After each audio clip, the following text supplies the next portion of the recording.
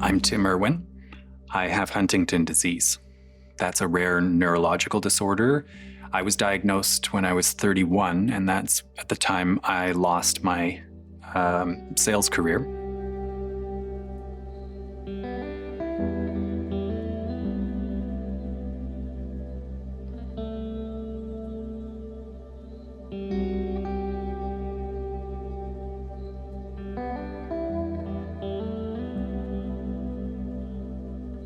I've been living with Huntington disease all my life.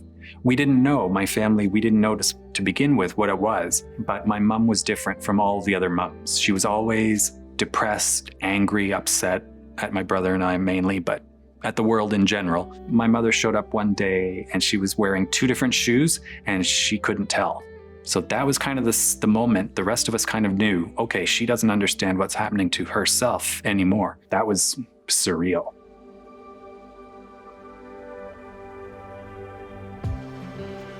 Not unlike my mom's situation, I couldn't keep up the pace at work. That was effectively it.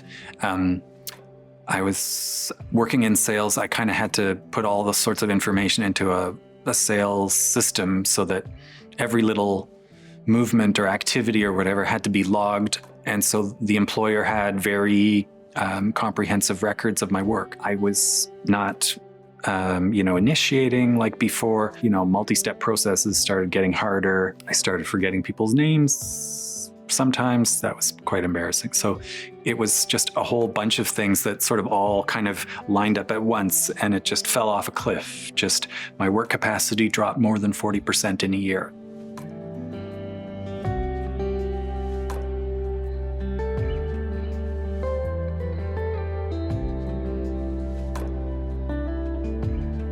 Young onset dementia and Huntington disease manifest really, really differently. Originally was observed, it was just the Huntington's chorea. So it was those involuntary movements of the body. There are a lot of cognitive issues, psychological, emotional, and plus all sorts of other physical things. So one of them is the loss of the control of the voluntary body movements. So if I was trying to put the cup down, on the table, and I thought, okay, I've got the cup now onto the table, it's safe to let go of it and then let it go, but it might be meters off the table still.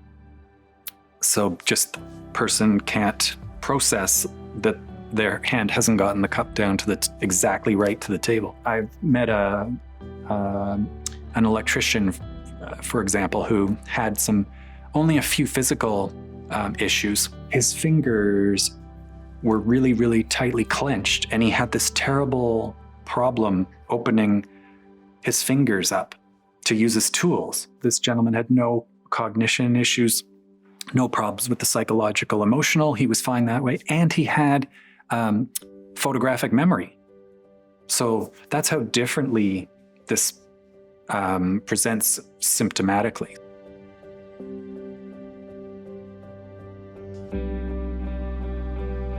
I try to live a simple life and just try and not have anything planned effectively, or very little, and just try to have a good daily schedule, daily routine that allows me to take care of the things I need to take care of at home. One of the little things that I try to do to build the brain neural networks, nobody knows this, but I try and do stuff with my left hand, so my non-dominant hand. It's very helpful because it's making the brain do stuff that it's not really been accustomed to doing. I'm very thankful for my regular neurologist visits. That's pretty key for me. I'm trying to be, active enough, right, every day, kind of, a little bit of activity, just enough.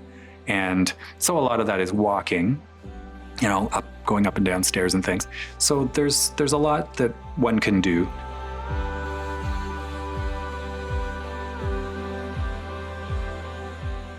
We need to speak up while we all can, because everybody deserves a voice, right? So if we each kind of try and listen to some of the people, that our loved ones who are affected, and really listen to them, then we can convey their thoughts, we can engage, and we can make things happen. Sometimes it just takes a little extra waiting.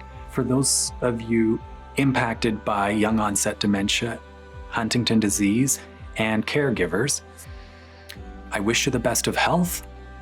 I wish you that you find support that you need, and hopefully that's in your community. We share from one another, and that's everybody really, really benefits. And so that's the community of caring that is in action here.